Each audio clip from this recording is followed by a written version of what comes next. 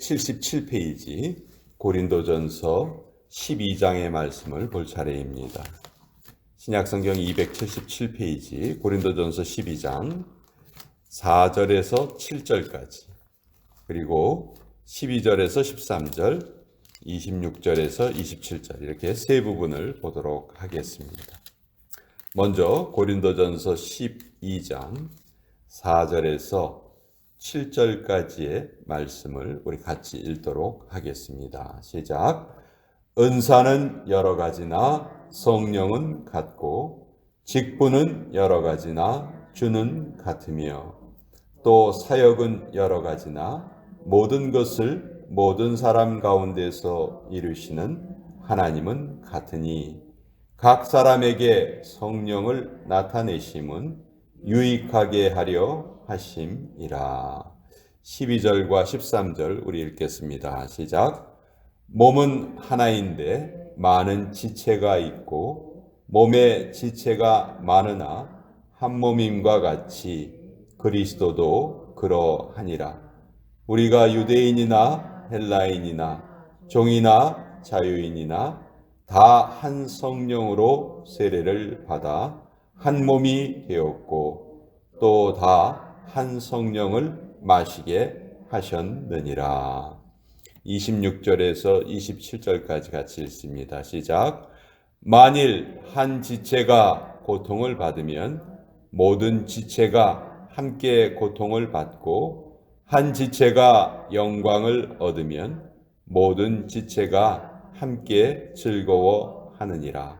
너희는 그리스도의 몸이요 지체의 각 부분이라. 하나님의 말씀입니다. 아멘.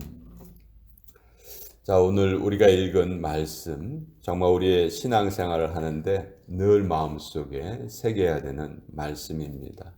나뿐 아니라 모든 하나님의 백성은 다 같은 성령으로 인치심을 받은 자들이다. 또 같은 성령으로 매일매일 은혜 받는 자들이다. 그렇기 때문에 우린 서로 형제요, 자매요, 예수님의 몸의 지체다 하는 것입니다. 당시 고린도 교회는 여러 가지 은사가 강하게 나타나서 숫자적으로 좀 많은 사람들이 모였습니다. 그런데 거기에 뒤따르는 내적인 성숙이, 거기에 걸맞는 내적인 성숙이 뒤따르지 못했던 거죠. 그래서 교회에서 늘 웃음소리가 나고 또 찬양소리가 나야 하는데 교회에서 다투는 소리가 들렸던 것입니다. 하나님께서 신앙생활을 잘 하라고 각자에게 성령의 은사를 나누어 주셨는데 그것 때문에 오히려 혼란이 벌어지게 되었습니다. 은사를 가진 사람이 그것을 가지지 못한 사람들을 낮춰보고 또 서로 이렇게 싸우는 소리가 들리게 된 것이죠. 자, 여러분 생각해 보세요. 이 세상에 참 많은 다양한 사람들이 살고 있죠. 어떤 사람은 아주 성격이 외향적인 사람이 있고 또 어떤 사람은 아주 조용하고 내성적인 사람이 있습니다. 또 무슨 일을 할 때 하나하나 다 계획해서 하는 사람이 있어요. 꼼꼼한 사람. 어떤 사람은 그냥 생각나는 대로 막 합니다. 즉흥적으로 그렇게 사는 사람도 있고 또 어떤 사람은 아주 감성이 풍부해요. 반면에 어떤 사람은 아주 냉철하게 이성적인 사람도 있습니다. 그러나 이 모든 사람들, 이 다양성을 누가 허락하셨는가? 누가 그 사람을 그렇게 만드셨는가? 우리 하나님의 백성들은 그분이 바로 우리의 하나님이시다 하는 것을 다 알죠? 다 믿음으로 고백합니다. 그러면 나와 다른 사람을 어떻게 해야 될까요? 품을 수 있어야 되죠. 인정할 수 있어야 되죠. 그렇죠? 그것이 바른 모습이잖아요. 그런데 편협함에 우리가 빠지게 되면 나와 다른 것을 인정하지 못합니다. 나와 다른 것을 나쁜 것이라고 생각합니다. 나와 다르면 그것이 나보다 못한 것이라고 생각합니다. 이것이 이제 인간 사회에 너무도 자주 나타나는 그런 병폐라고 할 수 있는데 이것이 교회까지 나타날 수 있다는 것입니다. 고린도 교회가 그런 교회였어요. 그래서 바울이 이 소식을 듣고 너무 마음이 아팠습니다. 사실 고린도 교회는 바울이 정말 모든 힘을 다 바쳐서 세웠던 교회, 가장 교회가 세워지기 어려웠던 그런 퇴폐적인 곳에 하나님의 교회가 세워졌는데, 그러니 바울의 마음은 늘 이 고린도 교회를 향하는 마음이 마음속에 늘 있었던 거죠. 근데 고린도 교회를 떠난 후에 이런 가슴 아픈 소식이 들려지니까 바울이 이제 편지를 쓴 것입니다. 그러면서 다시 한번 하나님의 역사에 대해서, 하나님께서 우리를 어떻게 한 몸으로 부르셨는가, 그것을 말씀을 해요. 13절에 보면 우리가 유대인이나 헬라인이나 종이나 자유인이나 다 한 성령으로 세례를 받아 한 몸이 되었다. 같은 성령으로 우리가 세례받은 거 아니냐.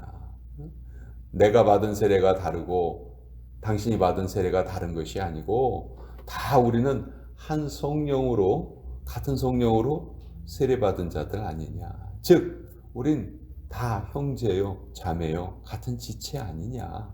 그런데 어찌하여 너희 가운데 누구는 어떤 은사가 있고 누구는 어떤 은사가 있고 이런 것 때문에 서로가 서로를 폄하하고 다른 사람을 형제자매로 여기지 않고 나보다 못한 사람으로 여기고 그런 다툼이 일어나느냐. 그래서는 안 되는 것 아니냐. 그러면서 이제 그 다음에 아주 재미있는 비유를 하죠. 우리 몸에 있는 여러 가지 지체를 비유를 하면서 만일 발이 손에게 너는 필요 없는 존재다 이렇게 말할 수 있겠느냐. 우리 몸에 여러 가지 지체가 있는데 이 여러 가지 지체가 다 연합해서 우리 몸을 잘 이끌어가지 않느냐. 이처럼 우리도 서로 연합해야 한다 하는 것을 지금 말하고 있습니다. 자, 여기 보면 유대인이나 헬라인이나 종이나 자유인이나 고린도 교회 성도들의 그 다양한 모습이 드러나 있죠. 우리 교회도 그래요. 나하고 같은 배경으로 이 교회에 모여서 신앙생활하는 사람 한 사람도 없습니다. 다 달라요. 다 다르지만 다 이곳에 모여서 하나님을 경배합니다. 그 모습은 똑같다는 것이죠. 그렇죠? 우리가 다 다른 모습이 있지만 같은 것을 가지고 있는데 한 하나님을 섬기고 한 하나님의 영으로 우리 세례를 받았다는 것이죠. 그러니 이제 우리 뭐 생김새도 다르고 생활 방식도 다르고 형편도 다르고 우리 기도 제목도 다 달라요. 그러나 우리는 같은 하나님을 섬긴다. 우리가 읽지는 않았지만 18절에 보면요, 아주 중요한 말씀이 여기 있습니다. 그러나 이제 하나님이 그 원하시는 대로 지체를 각각 몸에 두셨다. 여기 보면 이렇게 다양한 성도들이 함께 모여서 신앙생활을 같이 할 수 있게 하신 분이 누구다? 하나님이시다. 근데 그 하나님이 무엇 때문에 그렇게 우리들을 같이 모이게 하셨는가? 하나님이 그 원하시는 대로. 그러니까 우리가 이렇게 모여 있는 것이요, 누가 원하셔서 이렇게 모여 있는 거예요? 하나님이 원하셔서 모여 있는 거예요. 내가 내 뜻대로 여기 온 것 같지만 그것이 아니라는 것이죠. 그래서 예를 들어서 여러분, 제가 어렸을 때는 그 수영장이 많지 않아 가지고 저희 큰 집이 경기도의 덕정리라는 곳에서 창고를 하셨어요. 그래서 여름방학이면 거기 놀러 갔는데 그 앞에 개울물이 하나 흐르고 있었는데 좀 물이 깊어요. 그래서 거기가 우리들 수영장이었어요. 그때는 뭐 수영장 시설이 없었으니까. 근데 거기 가서 이제 수영을 한번 했는데 잘못해서 귓병이 생긴 것 같아요. 그래가지고 귀가 이제 아프기 시작을 하는데 밤새도록 잠을 못 자고 끙끙거렸어요. 귀가 하나 아픈데 밥도 못 먹겠고 뭐 하여튼 아무것도 못 하겠더라고요. 아마 여러분들 중에 혹시 치통의 경험이 있으신 분들도 있으실 겁니다. 이가 한번 아파 보신 분도 똑같은 말을 하죠. 이 하나 아플 뿐인데 온 몸이 그냥 제 기능을 못 합니다. 생활을 그렇게 못 하는 것이죠. 예. 자, 우리 한 지체가 아플 때 온 몸이 그렇게 고통을 당합니다. 또 지체를 서로 도와요. 예를 들어서 우리 가끔 이렇게 예배 드릴 때도 기차가 지나갑니다. 우리 기차가 지나가는 거 어떻게 알죠? 귀가 소리를 듣는 거예요. 그렇죠? 우리 눈으로는 못 봐요. 근데 귀가 소리를 들으니까 아, 지금 기차가 지나가는구나. 예. 또 언덕에 주차해 놓은 차 갑자기 브레이크가 풀려서 쭉 내려온다면 소리는 안 나요. 근데 눈으로 그걸 볼 수 있죠? 그러니까 우리가 위험을 피할 수가 있는 거예요. 그러니까 서로가 우리 몸에 있는 지체들이 서로가 서로에게 도움을 줘요. 그리고 한 지체가 아프면 다른 지체도 덩달아 아플 수밖에 없다는 거예요. 이것이 우리 하나님의 백성들의 모여있는 원리라는 것입니다. 그래서 바울은 지금 이 말을 하면서 어떻게 하든 고린도 교회에 있는 내적인 분열을 잠재우고 다시 한번 우리는 하나님의 백성들이구나. 같은 성령으로 인치심을 받았구나 하는 것을 깨닫게 해주려는 목적을 가지고 이렇게 편지를 쓴 것이죠. 왜 나하고 이렇게 하나도 안 맞는 사람이 왜 우리 교회에 같이 있을까? 그것도 왜 같은 목장에 있고 하필 내 구역에 있고 왜 하필 나하고 같은 부서에서 봉사하나? 왜 그럽니까? 오늘 우리가 읽은 말씀에 의하면 하나님이 원하셨기 때문에 하나님이 원하셔서 내 옆에 배치해 놓으신 것이죠. 그래서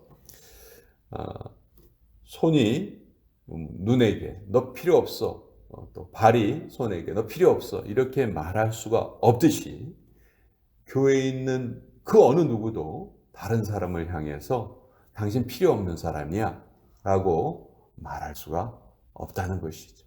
우리는 서로가 서로에게 너무도 필요한 사람이고 너무도 소중한 사람이다. 이제 우리가 그런 눈으로 성도 한 사람 한 사람을 바라볼 때 이전에 못 보았던 그분의 장점이 드러나고 참 저런 하나님의 사랑을 받은 분이구나 하는 것을 우리가 깨달을 수가 있다는 것이죠.